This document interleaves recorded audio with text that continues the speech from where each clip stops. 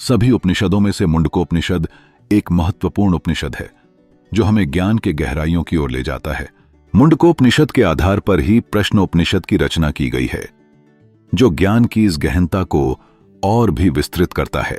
यह उपनिषद एक अद्भुत संवाद के द्वारा वार्तालाप के माध्यम से ज्ञान का प्रसार प्रचार करता है, जो शिष्य को 1 वर्ष तक संयम पूर्वक गुरु की सेवा में रहकर ज्ञान की प्राप्ति की तैयारी करने के लिए प्रेरित करता है। प्रश्न उपनिषद अथर्ववेदीय ब्राह्मण भाग के अंतर्गत आता है। इसका भाष्य आरंभ करते हुए भाष्यकार लिखते हैं कि अथर्ववेद के मंत्र भाग में कही हुई मुंडक उपनिषद के अर्थ का ही विस्तार से अनुवाद करने वाला यह ब्राह्मणोपनिषद आरंभ किया जाता है।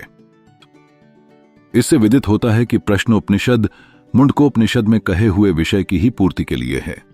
यह एक अद्भुत ग्रंथ है जिसमें विद्या के 2 भेद, पराविद्या और अपराविद्या, का उल्लेख मिलता है।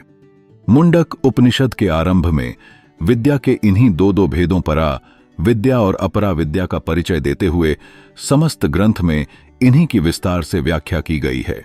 इस उपनिषद में दोनों विद्याओं का सविस्तार वर्णन किया गया है और प्रश्न उपनिषद में इन विद्याओं की प्राप्ति के साधन स्वरूप प्राणोपासना आदि का निरूपण मिलता है। इसलिए इसे उसकी पूर्ति करने वाली कहा जाए तो उचित ही है। प्रश्नोपनिषद में छात्रों द्वारा अपनी अपनी जिज्ञासाओं को लेकर गुरु से प्रश्न पूछने की प्रक्रिया के माध्यम से ज्ञानार्जन के लिए आवश्यक संयम और गुरु शिष्य के संबंध को रेखांकित करती है। ब्रह्मचर्य आश्रम में संयम पूर्वक रहने के बाद छात्रों को यह सिखाया जाता है कि विद्या का उपदेश तभी दिया जा सकता है जब गुरु के द्वारा शिष्य की योग्यताओं का पूरा परीक्षण कर लिया गया हो। इससे यह संदेश मिलता है कि बिना उचित योग्यता के ज्ञान ग्रहण करना केवल भ्रम में डाल सकता है।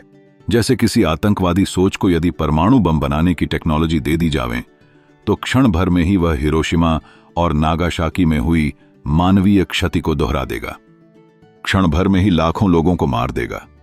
इसलिए व्यक्ति की समझ के आधार पर ही शिक्षा दी जानी चाहिए, नहीं तो व्यक्ति पगला जाएगा, जैसे ओसामा बिन लादेन पगला गया, जैसे दुखतरान ए मिल्लत, माओवादी, Indian Mujahideen, Islamic State of Iraq and the Levant, Islamic State of Iraq and the Levant, Tehreek ul Mujahideen, Jamaat ul Mujahideen Bangladesh अथवा जमात उल मुजाहिदीन इंडिया अथवा जमात उल मुजाहिदीन हिंदुस्तान इत्यादि संगठन मुक्ति के नाम पर, जिहाद के नाम पर आतंक के प्रसार में लगे हैं। इस उपनिषद के 6 खंड हैं जो 6 प्रश्न कहे जाते हैं। ग्रंथ के आरंभ में सुकेशा आदि 6 ऋषि कुमार आचार्य पिप्पलाद के आश्रम पर आकर उनसे कुछ पूछना चाहते हैं। आचार्य उन्हें आज्ञा करते हैं कि अभी 1 वर्ष यहां संयम पूर्वक रहो, निवास करो और सीखो। उसके पश्चात जिसे जो जो प्रश्न करना हो वह पूछ लेना। इससे 2 बातें ज्ञात होती हैं। एक तो यह कि शिष्य को कुछ दिन अच्छी तरह संयम पूर्वक गुरु सेवा में रहने पर ही विद्या ग्रहण की योग्यता प्राप्त होती है। अकस्मात प्रश्नोत्तर करके ही कोई यथार्थ तत्व को ग्रहण नहीं कर सकता। तथा दूसरी बात यह है कि गुरु को भी शिष्य की बिना पूरी तरह परीक्षा किए विद्या का उपदेश नहीं करना चाहिए, क्योंकि अनधिकारी को किया हुआ उपदेश निरर्थक ही नहीं, कई बार हानिकर भी हो जाता है। इसलिए शिष्य के अधिकार का पूरी तरह विचार कर उसकी योग्यता के अनुसार ही उपदेश करना चाहिए। गुरु जी की आज्ञानुसार उन मुनि कुमारों ने वैसा ही किया और फिर एक एक ने अलग अलग प्रश्न कर मुनिवर के समाधान से कृतकृत्यता लाभ प्राप्त किया, जीवन में बहुत शांति और आनंद प्राप्त किया। उन 6 प्रश्नों के अंतर्गत किए गए पृथक पृथक संवाद ही इस उपनिषद के 6 प्रश्न हैं। प्रश्न उपनिषद में 6 प्रमुख प्रश्न उठाए गए हैं और प्रत्येक प्रश्न ज्ञान के विभिन्न पहलुओं को उजागर करता है। पहले प्रश्न में प्रजापति से संपूर्ण संसार की उत्पत्ति को रय्य और प्राण के परस्पर संबंध द्वारा स्पष्ट किया गया है। यहां बताया गया है कि प्रत्येक वस्तु का निर्माण 2 मुख्य तत्वों के संयोजन से होता है। एक तत्व जो सूक्ष्म है और दूसरा तत्व जो स्थूल है। इसी तरह संसार के कारणभूत सूक्ष्म और स्थूल रूपी मूल तत्वों की विवेचना करके प्रजापति की महत्ता को दर्शाया गया है। दूसरे प्रश्न में स्थूल देह के प्राण के प्रकाश और धारण की भूमिका पर ध्यान केंद्रित किया गया है। बिना प्राण के इंद्रियां बेकार हैं। यह प्रश्न यह दर्शाता है कि प्राण कैसे अपने आसपास की इंद्रियों को श्रेष्ठता प्रदान करता है। तीसरे प्रश्न में प्राण की उत्पत्ति और स्थिति का विवरण प्रस्तुत किया गया है, जो बतलाता है कि आत्मा से प्राण की अभिव्यक्ति कैसे होती है। यह ज्ञान मानव अस्तित्व के यथार्थ दार्शनिक पहलुओं को उजागर करता है। स्वप्नावस्था के चौथे प्रश्न में भी प्राण की जागरूकता का विवरण प्रस्तुत है, जो सभी इंद्रियों के विश्राम की स्थिति में प्राण की सक्रियता को दर्शाता है। यह उपनिषद जीवन और मृत्यु के गूढ़ रहस्यों को समझाने का एक उचित माध्यम बन जाती है। पांचवें प्रश्न में ओंकार का पर ब्रह्म और अपर ब्रह्म के प्रतीक रूप से वर्णन कर उसके द्वारा अपर ब्रह्म की उपासना करने वाले को क्रम मुक्ति और पर ब्रह्म की उपासना करने वाले को परम ज्ञान की प्राप्ति बतलाई है। फिर छठे प्रश्न में सुकेशा के प्रश्न का उत्तर देते हुए आचार्य पिप्पलाद ने मुक्तावस्था में प्राप्त होने वाले निरुपाधिक ब्रह्म का प्राणादि 16 कलाओं के आरोप पूर्वक प्रत्यक आत्म रूप से निरूपण किया है। इस उपनिषद के ज्ञान से सन्निहित रहकर समाज को ज्ञान के औचित्य और उसके सार्थक उपयोग की दिशा में अग्रसर होने का मार्गदर्शन मिलता है। जिज्ञासा एक अद्भुत गुण है जो मनुष्य को उसके अस्तित्व और सृष्टि के रहस्यों को जानने के लिए प्रेरित करता है। ऋषियों की जिज्ञासा भी इसी प्राकृतिक प्रवृत्ति का एक अद्वितीय उदाहरण है। जब हम अर्षि कोटि के व्यक्तियों की बात करते हैं तो उनकी जिज्ञासा वास्तव में अनंत ब्रह्म के बारे में गहराई से सोचने और समझने का प्रयास होती है। यह एक सरल प्रश्न से निकलकर ब्रह्मांड के रचयिता और उसके अनंतता के रहस्यों की ओर बढ़ती है। यहां सभी ऋषि जिज्ञासु बताए गए हैं। प्रश्न उठता है, अर्षि कोटि के व्यक्तियों को भी जिज्ञासा किस प्रकार होती है? ब्रह्मनिष्ठ ऋषियों को ब्रह्म के विषय में जिज्ञासा किस प्रकार हुई? इससे यही पता चलता है कि ब्रह्म की अनंतता किसी को भी सहज पूर्णतया प्राप्य नहीं है। लोक में भी देख सकते हैं कि मनुष्य जब एक घास के तिनके के बारे में भी जब यह नहीं कह सकता कि उसने इसके बाह्य, आंतरिक, भौतिक, रासायनिक आदि सभी पक्षों के बारे में पूर्ण रूप से जान लिया है, तब अनंत ब्रह्मांडों के रचयिता, पालयिता, संहर्ता को आखिर 1-2 पुस्तकों और थोड़े शब्दों में कैसे व्यक्त किया जा सकता है? इसलिए हमारे तत्वदर्शी ऋषि सदैव ब्रह्म का अनुसंधान करते रहे और जिज्ञासा करते रहे। धन्य है यह धरा भारत भूमि जिसमें ऐसे ऋषि मुनि पैदा हुए हैं। धन्य है यह देव भाषा जिसमें ऐसे सुधानिधि शास्त्रों की रचना हुई है। धन्य है वे गुरु जिन्होंने दैवीय मार्गों को प्रशस्त किया। धन्य है हम जो हमें सनातन धर्म में जन्म मिला, ईश्वर हमें सन्मार्ग में प्रेरित करे। मानवता की इस अनंतता को समझने के लिए हमें यह स्वीकार करना होगा कि हमारे ज्ञान की सीमाएं हैं। इस संसार में हम एक तिनके की भी हर बारीकियों को नहीं जान पाते हैं। फिर अनंत ब्रह्मांड के क्रिएटर को कैसे समझा जा सकता है?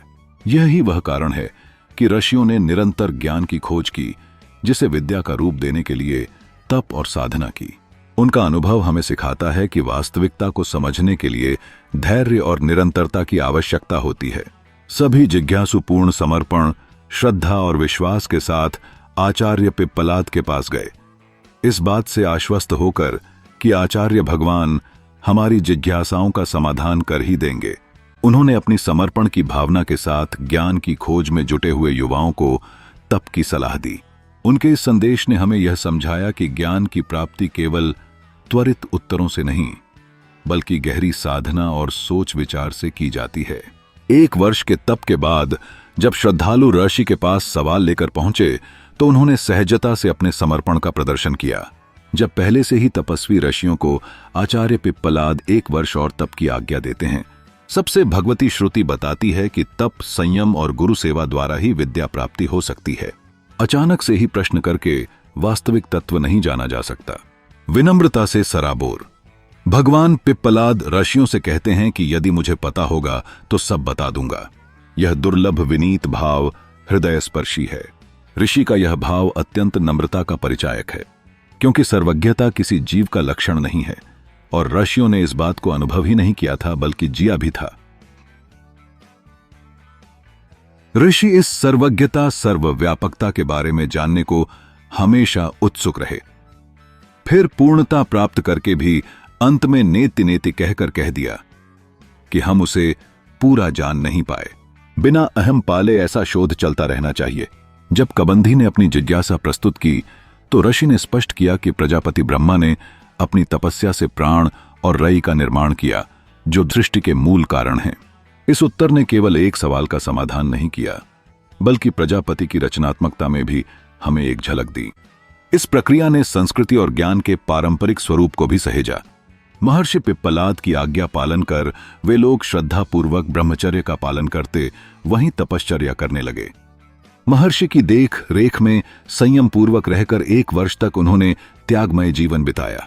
उसके बाद वे सब पुनः पिप्पलाद ऋषि के पास गए तथा उनमें से सर्वप्रथम कत्य ऋषि के प्रपौत्र कबंधी ने श्रद्धा और विनय पूर्वक प्रथम प्रश्न पूछा, भगवान, जिससे ये संपूर्ण चराचर जीव नाना रूपों में उत्पन्न होते हैं, जो इनका सुनिश्चित परम कारण है, वह कौन है?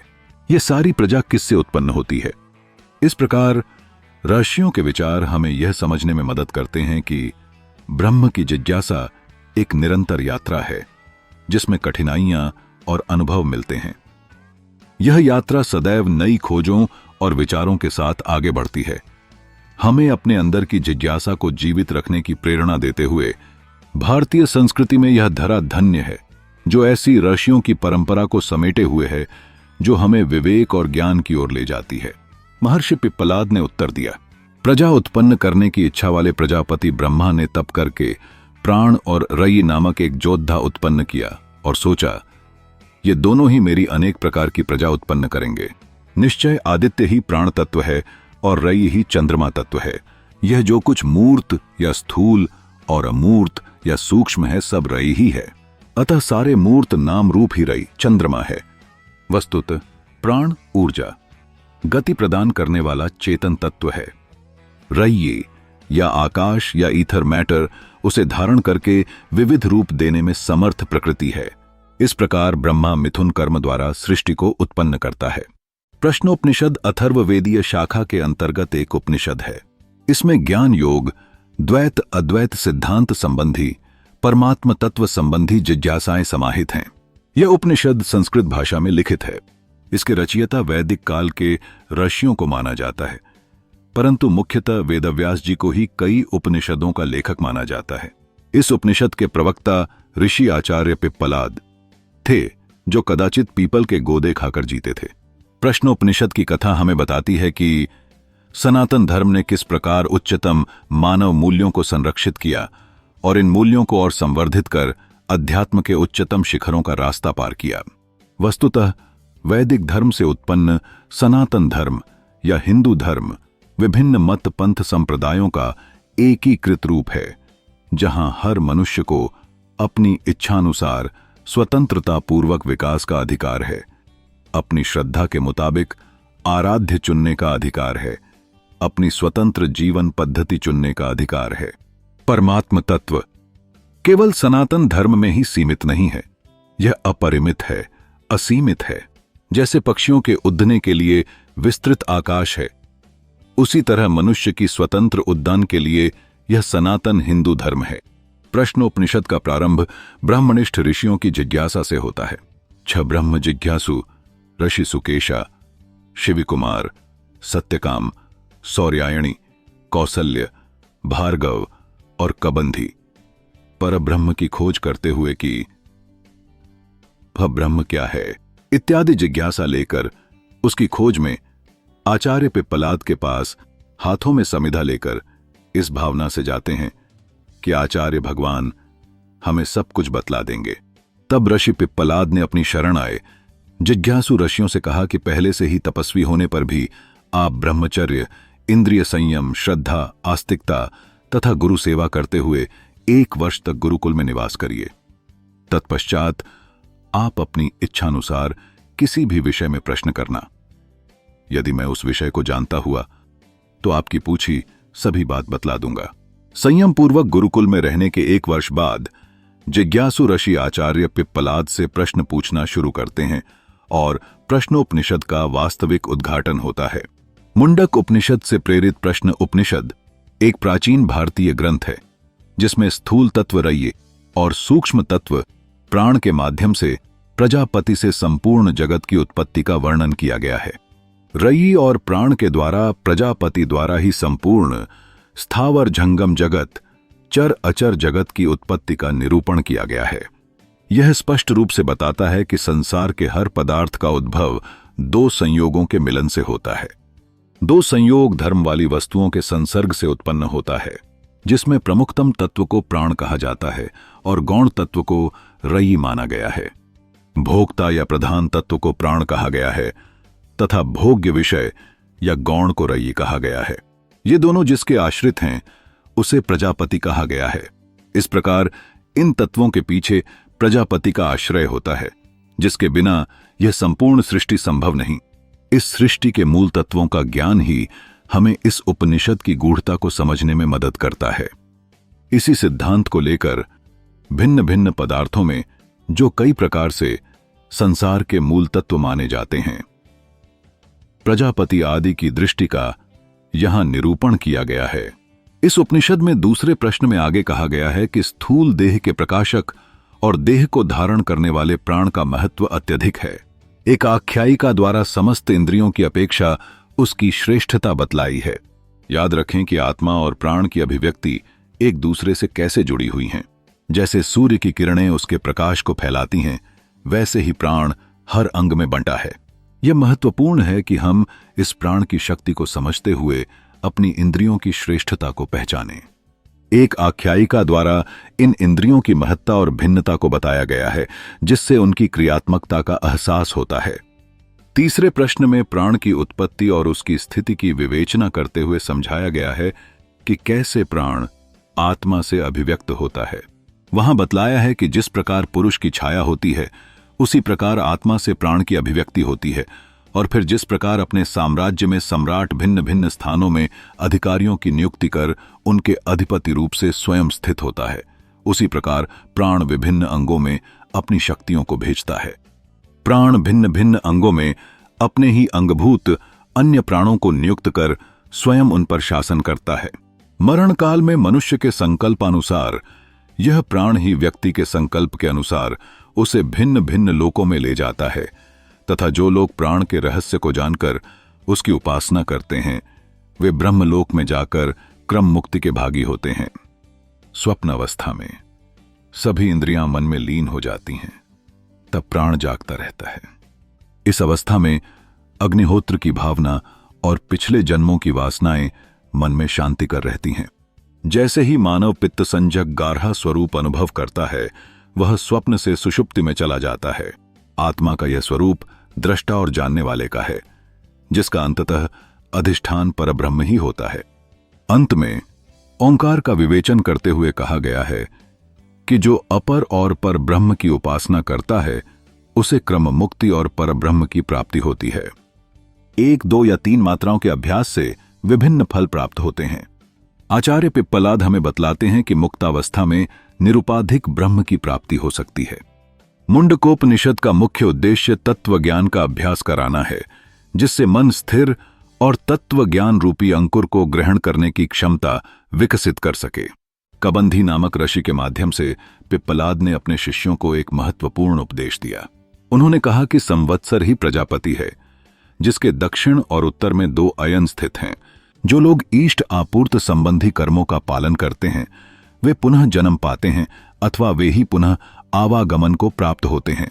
अतः ये संतानेच्छु ऋषि लोग दक्षिण मार्ग को ही प्राप्त करते हैं।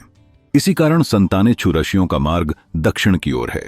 इस प्रकार पितृयाण से रयी का संयोग होता है, जो जीवन की धारा को दिशा प्रदान करता है। कुछ अन्य ऋषियों के साथ चर्चा करते हुए पिप्पलाद ने बताया कि उत्तर मार्ग के अनुयायियों की गति को समझना अत्यंत आवश्यक है। उत्तर मार्गावलंबियों की गति में दिन रात भी प्रजापति है। दिन रात की निरंतरता में दिन प्राण है, जबकि रात्रि रयी है।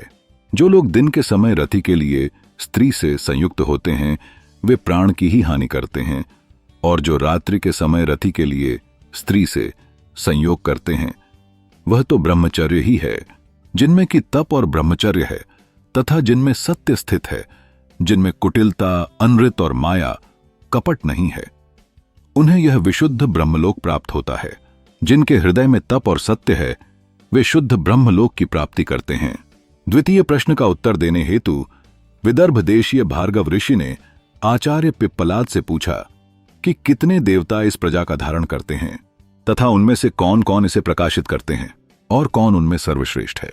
तो पिप्पलाद ने कहा कि पृथ्वी, जल, अग्नि, वायु, आकाश, मन, प्राण, वाणी, नेत्र और श्रवण सभी देवता हैं। ये ही जीवों के आश्रयदाता हैं और सभी देवताओं में प्राण ही सर्वश्रेष्ठ है। प्राण इन सभी देवताओं में सर्वश्रेष्ठ है क्योंकि सभी इंद्रियां प्राण के आश्रय में ही रहती हैं।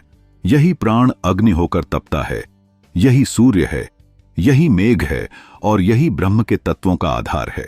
यह मेघ है, यही इंद्र और वायु है तथा यह देव ही पृथ्वी, रयी और जो कुछ सत, असत एवं अमृत है वह सब कुछ बना है। हे प्राण, तू ही प्रजापति है, तू ही गर्भ में प्राण संचार करता है और तू ही जन्म ग्रहण करता है। यह मनुष्य आदि संपूर्ण प्रजा तुझे ही बलि समर्पण करती है क्योंकि तू समस्त इंद्रियों के साथ स्थित रहता है। अश्वल के पुत्र मुनि कौसल्य ने आचार्य पिप्पलाद से तीसरा प्रश्न पूछा कि हे महर्षि, इस प्राण तत्व की उत्पत्ति कहां से होती है? यह शरीर में कैसे प्रवेश करता है और कैसे बाहर निकल जाता है तथा कैसे दोनों के मध्य रहता है? आचार्य पिप्पलाद ने खूबसूरती से उत्तर दिया कि प्राण आत्मा से उत्पन्न होते हैं, जैसे शरीर की छाया उस पर निर्भर करती है। मरण के समय प्राण आत्मा के साथ निकलता है और नए योनियों में प्रवेश करता है। इस प्राण की उत्पत्ति आत्मा से होती है। जैसे शरीर की छाया शरीर से उत्पन्न होती है और उसी में समा जाती है, उसी प्रकार प्राण आत्मा से प्रकट होता है और उसी में समा जाता है। यह प्राण मनोकृत संकल्प आदि से इस शरीर में प्रवेश करता है। मरण काल में यह आत्मा के साथ ही बाहर निकलकर दूसरी योनियों में चला जाता है। सुषुप्ति अवस्था का भी उल्लेख करते हुए ऋषि ने बताया कि सुषुप्ति में प्राणाग्नि जागृत रहती है जबकि अन्य इंद्रियां विश्रांति में होती हैं। परंतु जैसे सूर्य की रश्मियां अस्त होने पर वापस संकुचित होती हैं, उसी प्रकार इंद्रियां परम देव मन में संकुचित हो जाती हैं। यह ज्ञान न केवल आध्यात्मिकता का संज्ञान है बल्कि यह जीवन के गूढ़ रहस्यों को भी उजागर करता है। ऋषि गार्ग्य का आचार्य पिप्पलाद से चौथा प्रश्न इस प्रकार है, हे भगवान, सुषुप्ति में कौन सोता है और कौन जागता है?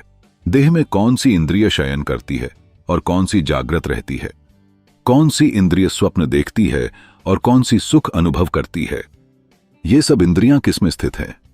तब ऋषि गार्ग्य को उनके प्रश्न का उत्तर देते हुए आचार्य पिप्पलाद कहते हैं, हे गार्ग्य, जिस प्रकार सूर्य की रश्मियां सूर्य के अस्त होते ही सूर्य में सिमट जाती हैं और उसके उदित होते ही पुनः बिखर जाती हैं, उसी प्रकार समस्त इंद्रियां परम देव मन में एकत्र हो जाती हैं। तब इस पुरुष का बोलना चालना, देखना सुनना, स्वाद अस्वाद, सूंघना स्पर्श करना आदि सभी कुछ रुक जाता है। तब उसे सोता है, ऐसा कहते हैं। सुषुप्ति काल में सोते समय इस शरीर रूप पुर में प्राणाग्नि या प्राण रूप अग्नि ही जागृत रहती है। चौथे प्रश्न में उल्लेखित स्वप्नावस्था का वर्णन करते हुए यह बतलाया गया है कि उस समय सूर्य की किरणों के समान सब इंद्रियां मन में ही लीन हो जाती है, केवल प्राण ही जागता रहता है। वहां उसके भिन्न भिन्न भेदों में गार्हपत्यादि की कल्पना कर उसमें अग्निहोत्र की भावना की गई है। उस अवस्था में जन्म जन्मांतरों की वासनाओं के अनुसार मन ही अपनी महिमा का अनुभव करता है तथा जिस समय वह पित्त संजक सौर तेज से अभिभूत होता है, उस समय स्वप्नावस्था से निवृत्त होकर सुषुप्ति में प्रवेश करता है और आत्मा में ही लीन हो जाता है। आत्मा का यह सोपाधिक स्वरूप ही दृष्टा, श्रोता, मंता और विज्ञाता है। यह अपान ही गार्हपत्य अग्नि है, उच्छ्वास और निःश्वास। ये मानो अग्निहोत्र की आहुतियां हैं। उसी के द्वारा अन्य सोई हुई इंद्रियां केवल अनुभव मात्र करती हैं, जबकि वे सोई हुई होती हैं। स्वप्नावस्था में यह देव ही अपनी विभूतियों का अनुभव करता है। जिस समय यह मन तेज से आक्रांत होता है, उस समय वह आत्मदेव स्वप्न नहीं देखता। यही दृष्टा, स्पृष्ट, श्रोता, घ्राता, रसयिता, मंता, मनन करने वाला, बोद्धा और कर्ता विज्ञान आत्मा पुरुष है। जिस प्रकार पक्षी अपने बसेरे के वृक्ष पर जाकर बैठ जाते हैं, उसी प्रकार वह सब कार्यकरण संघात सबसे उत्कृष्ट आत्मा में जाकर स्थित हो जाता है। वह अक्षर ब्रह्म में सम्यक प्रकार से स्थित हो जाता है। ऋषि सत्यकाम 5वां प्रश्न पूछता है, हे भगवान, जो मनुष्य जीवन भर एयूएम का ध्यान करता है वह किस लोक को प्राप्त करता है? पिप्पलाद उत्तर देते हैं, हे सत्यकाम, यह एयूएमकार ओंकार या ओमकार ही वास्तव में परब्रह्म है। जो उपासक त्रिमात्रा विशिष्ट एयूएम इस अक्षर द्वारा इस परम पुरुष की उपासना करता है वह तेजोमय सूर्य लोक को प्राप्त करता है। इस प्रकार उपनिषद के गूढ़ विचारों में ओंकार का महत्व विशेष स्थान रखता है। इसमें पर और अपर ब्रह्म की उपासना का स्वरूप विस्तार से किया गया है। ओंकार की 3 मात्राएं अ, उ और एम जीवन के विभिन्न अवस्थाओं जागृत, स्वप्न, सुषुप्त के साथ सहसंबंधित हैं। जब हम ओंकार का ध्यान करते हैं तो हम न केवल अपनी चेतना को ऊंचा उठाते हैं बल्कि ब्रह्म के साथ एकात्मकता की अनुभूति भी करते हैं। सर्प जिस प्रकार केंचुली से निकल आता है उसी प्रकार वह पापों से मुक्त हो जाता है।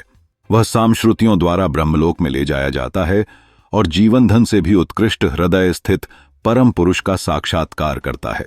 इस प्रकार 5वें प्रश्न में ओंकार का परब्रह्म और अपर ब्रह्म के प्रतीक रूप से वर्णन कर उसके द्वारा अपर ब्रह्म की उपासना करने वाले को क्रम मुक्ति और परब्रह्म की उपासना करने वाले को परब्रह्म की प्राप्ति बतलाई है तथा उसकी 1, 2 या 3 मात्राओं की उपासना से प्राप्त होने वाले भिन्न भिन्न फलों का निरूपण किया है। सुकेशा भारद्वाज ऋषि आचार्य पिप्पलाद से 6वां प्रश्न पूछते हैं, हे भगवान, कौशल देश के राजकुमार हिरण्यनाभ ने 16 कलाओं से युक्त पुरुष के बारे में मुझसे प्रश्न किया था, परंतु मैं उसे नहीं बता सका। कृपया बताएं कि 16 कलाओं से युक्त पुरुष कौन है, कहां है? मैंने उस कुमार से कहा, मैं इसे नहीं जानता। यदि मैं इसे जानता होता तो तुझे क्यों न बतलाता। जो पुरुष मिथ्या भाषण करता है अंततः वह सब ओर से अपने मूल सहित सूख जाता है। अतः मैं मिथ्या भाषण नहीं कर सकता। तब वह चुपचाप रथ पर चढ़कर चला गया। सो अब मैं आपसे उसके विषय में पूछता हूं कि वह पुरुष कहां है। क्या आप किसी ऐसे पुरुष के विषय में जानकारी रखते हैं? महर्षि पिप्पलाद उत्तर में कहते हैं, हे सौम्य, जिसमें इन 16 कलाओं या 24 गुणों का प्रादुर्भाव होता है वह पुरुष इस शरीर के भीतर ही वर्तमान है। उस पुरुष ने सर्वप्रथम प्राण का सृजन किया। तदुपरांत प्राण से श्रद्धा, आकाश, वायु, ज्योति, पृथ्वी, इंद्रियां, मन और अन्न का सृजन किया। अन्न से वीर्य, तप, मंत्र, कर्म, लोक एवं नाम रूप आदि 16 कलाओं का सृजन किया। की कहते हैं। जिस प्रकार समुद्र की ओर बहती हुई ये नदियां समुद्र में पहुंचकर अस्त हो जाती है, उनके नाम रूप नष्ट हो जाते हैं और वे समुद्र ऐसा कहकर ही पुकारी जाती हैं। इसी प्रकार इस सर्वदृष्ट की ये 16 कलाएं जिनका अधिष्ठान पुरुष ही है, उस पुरुष को प्राप्त होकर लीन हो जाती है। पिप्पलाद मुनि ने कहा, इस परब्रह्म को मैं इतना ही जानता हूं, इससे अन्य और कुछ ध्यातव्य नहीं है। आचार्य पिप्पलाद ने 16 कलाओं के माध्यम से मानव जीवन के उच्चतम लक्ष्यों की व्याख्या की है। ये कलाएं केवल कला या विज्ञान में महारत नहीं बल्कि जीवन की संपूर्णता की प्रतीक हैं। तब उन 6 ऋषियों ने स्तुतिपूर्वक आचार्य की वंदना करते हुए कहा, आप तो हमारे पिता है जिन्होंने कि हमें अविद्या के दूसरे पार पर पहुंचा दिया है। आप परमर्षि को हमारा नमस्कार है। नमस्कार है। पिप्पलाद द्वारा दिए गए उत्तर में यह स्पष्ट किया गया है कि ओंकार केवल एक ध्वनि नहीं बल्कि आत्मज्ञान और मुक्ति का प्रतीक है। जो व्यक्ति जीवन भर इस मंत्र का जप करते हैं उन्हें ब्रह्मलोक की प्राप्ति होती है। जैसे सर्प अपने केंचुली से निकलता है, वैसे ही उपासक अपने पापों से मुक्त होकर तेजोमय सूर्यलोक को गुणान्वित होते हैं। इस प्रक्रिया से व्यक्ति अपने हृदय में उस परमात्मा का अनुभव करता है जो सभी भौतिक बंधनों से परे है। यह एक अद्भुत यात्रा है जिस पर चलकर आत्मा अपने वास्तविक स्वरूप को पहचानने लगती है। इस प्रकार हम देखते हैं कि इस उपनिषद में प्रधानतया पर और अपर ब्रह्म विषयक उपासना का ही वर्णन है तथा परब्रह्म की अपेक्षा अपर ब्रह्म के स्वरूप का विशेष विवेचन किया गया है। ओंकार की उपासना और अपर ब्रह्म का अध्ययन हमें न केवल आध्यात्मिकता की ओर ले जाता है बल्कि हमारे मन और मस्तिष्क को भी सही दिशा प्रदान करता है। अतः प्रश्न उपनिषद का उद्देश्य उस तत्वज्ञान की योग्यता प्राप्त कराना है। यह हृदय भूमि को इस योग्य बनाती है कि उसमें तत्वज्ञान रूपी अंकुर जम सके। इसके अनुशीलन द्वारा हम वह योग्यता प्राप्त कर सके, ऐसी भगवान से प्रार्थना है। मांडुक्य उपनिषद में ओंकार की 3 मात्राओं अ, उ और एम के द्वारा स्थूल, सूक्ष्म और कारण, शरीर के अभिमानी विश्व, तेजस और बाई क्वांखाह प्राज्ञ का वर्णन करते हुए उनका समष्टि अभिमानी वैश्वानर, हिरण्यगर्भ एवं ईश्वर के साथ अभेद किया गया है। इनकी अभिव्यक्ति की अवस्थाएं क्रमशः जागृत, स्वप्न और सुषुप्ति हैं तथा इनके भोग स्थूल, सूक्ष्म और आनंद हैं। जागृत अवस्था में जीव दक्षिण नेत्र में रहता है, स्वप्न अवस्था में कंठ में और सुषुप्ति के समय हृदय में रहता है। इसी का नाम प्रपंच है। परमार्थ तत्व इस सबसे विलक्षण, इसमें अनुगत तथा इसका अधिष्ठान और साक्षी है। उसे ओंकार के चतुर्थ पाद अमात्र तुर्यात्म रूप कहा गया है। कोई भी भ्रम बिना अधिष्ठान के नहीं हो सकता। अतः इस प्रपंच भ्रम का भी कोई अधिष्ठान होना चाहिए। वह अधिष्ठान तुरीय ही है। तुरीय नित्य, शुद्ध, ज्ञानवरूप, सर्वात्मा और सर्वसाक्षी है। वह प्रकाशवरूप है। उसमें अन्यथा ग्रहण रूप स्वप्न और तत्वाग्रहण रूप सुषुप्ति का सर्वथा अभाव है। जिस समय अनादि माया से सोया हुआ जीव जगता है, उसी समय उसे इस अजन्मा तथा स्वप्न और निद्रा से रहित अद्वैत तत्व का बोध होता है। धन्यवाद।